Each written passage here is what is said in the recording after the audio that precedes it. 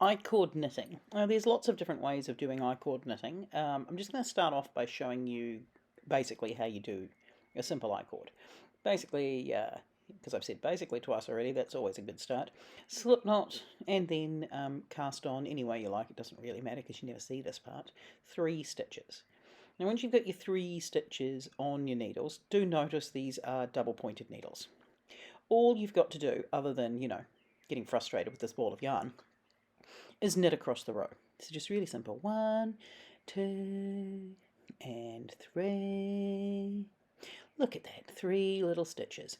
Then you're going to take those stitches and just slide them across to the other end of the needle.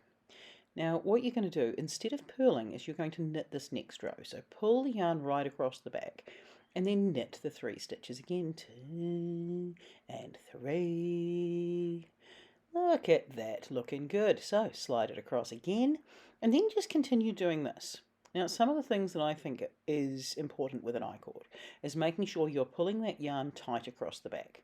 Because what's going to happen is that when you pull it across the back, it's going to create a tubular structure in what you're creating there.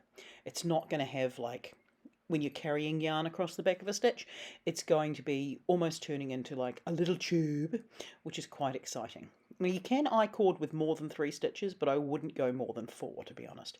A 4 stitch I-cord seems to be quite loose, I've found. But 3 stitches is quite lovely. I also prefer to use metal needles for an I-cord because of the sliding up and down, and my giant fear of bamboo needles and splinters. So there we've got it. There's a piece of I-cord. Doesn't that look lovely? Yes. However, you can see I-cords pretty much anywhere on the internet. What I like to do is I-cord edging is what you're going to see on the little tiny bat pattern. Now here we've got a piece of knitting that I prepared earlier, and you're going to take your needles and take your yarn. Looking at this now, could have picked something with a bigger contrast, thought it was contrasty at the time. You're going to cast on 3 stitches yet again. Now this time very exciting, very exciting. The first start up of this is a little bit of a challenge. Slide it through a stitch on your cast off.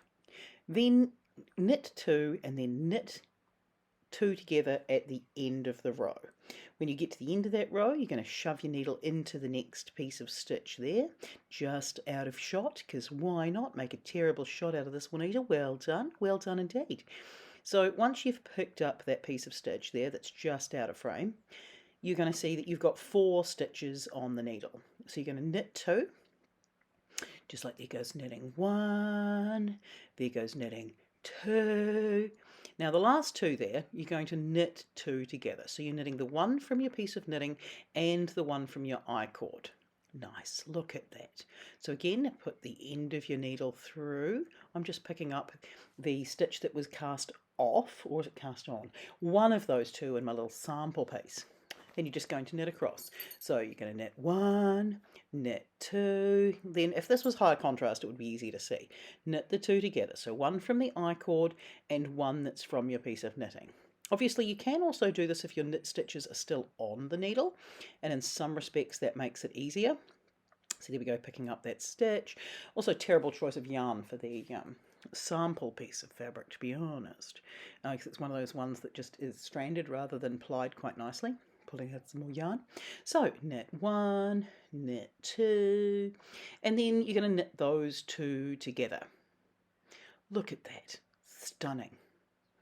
It's at this point we think, now how many exemplar stitches did we put in? Just enough to see. So it speeds up. It doesn't take as long as sometimes it feels like it's going to take, but it does take a wee while just to get the hang of what you're doing, particularly if you're trying to film yourself at the same time. But there we go, we've got knit 2 together at the end. So you've always got 3 stitches even though you're picking up a 4th one all the time.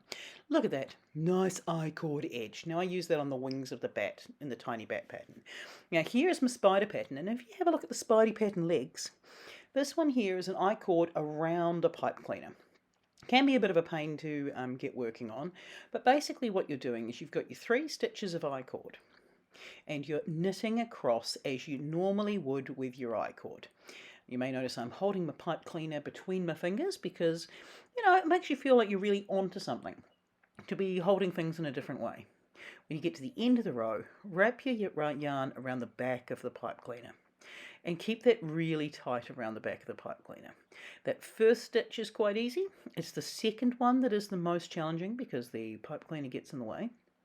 There we go, there's the third one, even more challenging. Get to the end, yarn around the back of the pipe cleaner, slide your needle across, keep it nice and tight, and there we go. We're going to knit in the first stitch, we're going to knit in the second stitch, we're going to knit in the third stitch, we're going to put the yarn around the pipe cleaner, and we're sliding it down.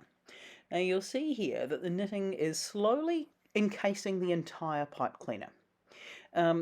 It takes a little bit of time and a little bit of practice to get good at. You can just bend the pipe cleaner out of the way because pipe cleaners tend to bend back. But, you know, you just get into a rhythm. So knit 3, yarn around the back of the pipe cleaner, and before you know it, you will have covered your pipe cleaner. Unless you pick those really long pipe cleaners, in which case, slowly, before you get knowing, you know, it'll be fine. There we go, around the back of the pipe cleaner, and we're going to knit 3 more. So 1, 2, which is a little bit more challenging, 3, which is a little bit like trying to feel like you're trying to get on top of the world there, round the back. And there we've got it. So as you can see, that yarn is now tidily around the back of the pipe cleaner, fully enclosing it.